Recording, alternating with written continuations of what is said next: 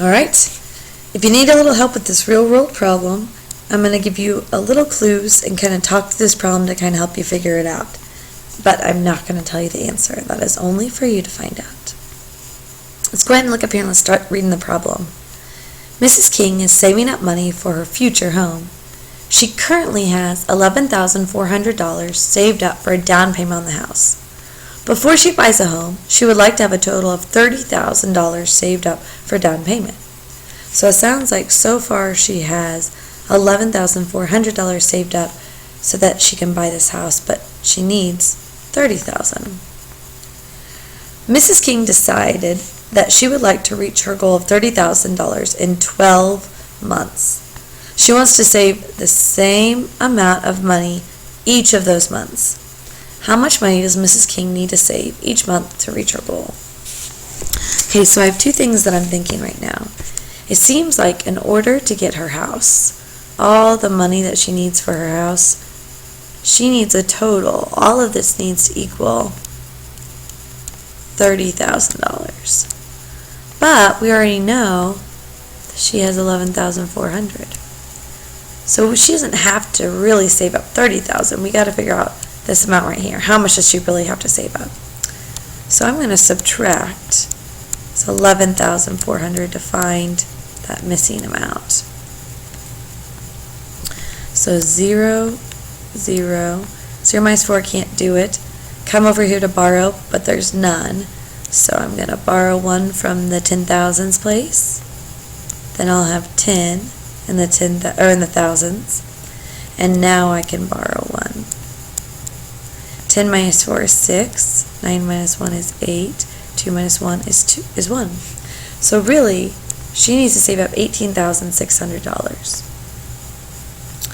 Now the next thing that we need to figure out is right here.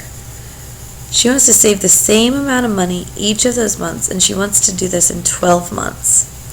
So what I'm thinking is, in order to figure out how much money she needs to save each month, really, she's saving this up for 1, 2, 12 months.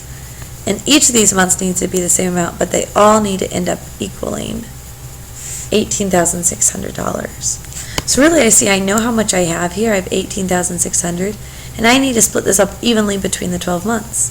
So really I need to divide this amount by 12. Once I do, I'll have my answer. Good luck on that one. I'm going to move on to the next one, just so you can see how I would do this one.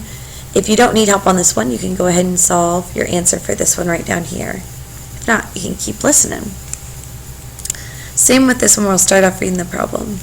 Mrs. King wants to get a big goal for next year, wants to set a big goal for next year.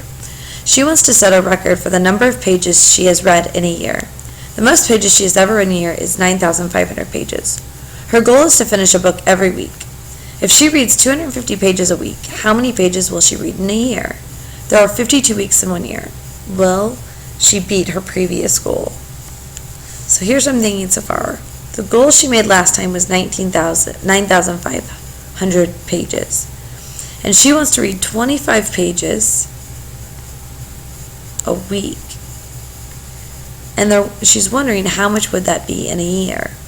So what I'm thinking, pages read for a year, is that really she has, in 1 week, she would be reading 250. Then another week, she would read 250 that week.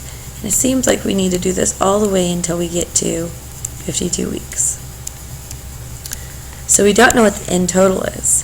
So it seems as though I need to be thinking about, okay, if she reads 250 each week and there's 52 of those weeks, I have 250 groups of 52. Once I'm able to solve that, I'll be able to know how many pages she read in a year, and I'll also be able to figure out if she beat her goal of 9,500 pages. Good luck!